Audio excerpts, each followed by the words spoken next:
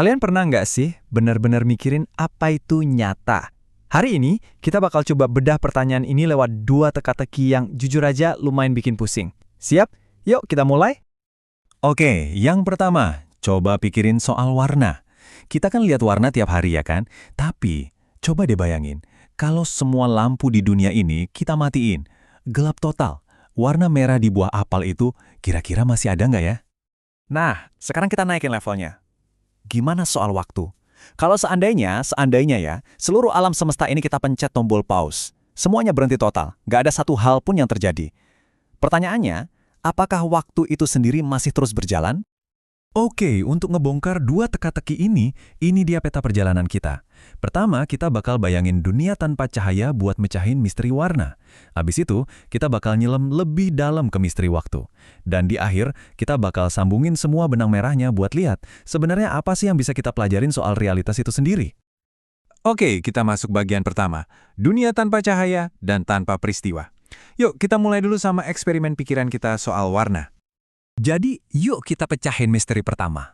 Buat ngejawab pertanyaan tadi, apakah warna ada tanpa cahaya, kita mesti ngerti dulu dasarnya. Warna itu sebenarnya apaan sih? Nah, kuncinya itu ada di satu konsep namanya reflektansi. Gampangnya gini, ini tuh sifat fisik bawaan sebuah benda. Contohnya pisang. Di level molekul, pisang itu emang punya properti buat mantulin panjang gelombang cahaya yang otak kita artiin sebagai kuning. Sifat ini tuh nempel di pisangnya, mau lampunya nyala atau mati.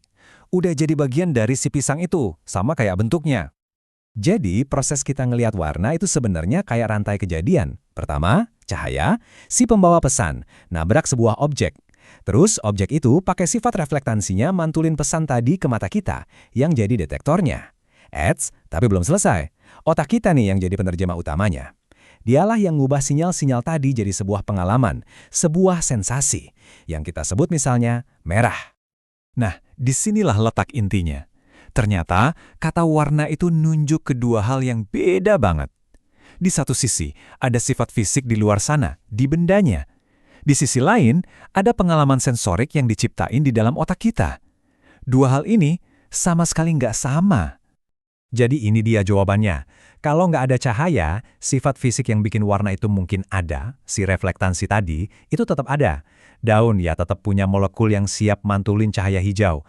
Tapi pengalaman melihat hijau itu sendiri sensasi di otak kita, itu sama sekali nggak akan ada. Oke, misteri warna udah kelar. Sekarang kita pindah ke sesuatu yang jauh lebih abstrak, lebih aneh, waktu. Coba bayangin kita bisa pencet tombol pause di remote control alam semesta. Klik, semua atom beku di tempat. Nggak ada yang gerak sama sekali. Pertanyaannya, apa yang terjadi sama waktu? Ini tuh pertanyaan susah, bahkan fisikawan aja masih suka debat soal apa itu waktu. Buat Newton, waktu itu kayak jam universal raksasa yang detaknya sama buat semua orang. Nggak bisa diapa-apain. Tapi, datanglah Einstein yang ngubah semuanya. Dia bilang waktu itu sebenarnya satu jalinan sama ruang. Jadi ruang waktu. Sesuatu yang bisa melar dan mengerut. Jadi ya, ini bukan konsep yang simple. Dan ini dia kuncinya. Coba pikirin deh, semua cara kita ngukur dan ngerasain waktu itu bergantung sama peristiwa atau perubahan. 1 detik itu kita definisiin dari getaran atom. 1 hari itu dari rotasi bumi. Tanpa ada perubahan-perubahan ini, gimana caranya kita ngukur waktu coba? Jadi, coba tahan gambaran itu di kepala kalian. Sebuah alam semesta yang benar-benar statis. Nggak ada bintang kedip-kedip, nggak ada planet muter. Bener-bener hening total. Nah, di tengah keheningan mutlak ini, apa coba artinya kalau kita bilang 1 jam udah lewat? Kalau nggak ada satu hal pun yang terjadi, apakah waktu itu sendiri masih bisa kita bilang ada? Oke, sekarang ayo kita coba satuin dua teka-teki ini. Apa sih hubungannya warna tanpa cahaya sama waktu tanpa peristiwa? Kalau kita perhatiin, ada sebuah pola yang mulai kelihatan di sini. Perhatiin deh polanya. Di dua kasus ini, kita ngeliat ada perbedaan antara apa yang mungkin ada secara fundamental sama apa yang bisa kita alami atau ukur. Sifat fisik buat warna itu ada, tapi kita nggak bisa ngerasain. Dimensi waktu itu mungkin ada, tapi kita nggak bisa ngukur. Ini dia perbedaan krusial antara keberadaan dan persepsi. Jadi, apa nih pelajaran paling gedenya dari eksperimen pikiran kita barusan? Apa takeaway-nya dari perjalanan kita ke dunia ketidakadaan ini?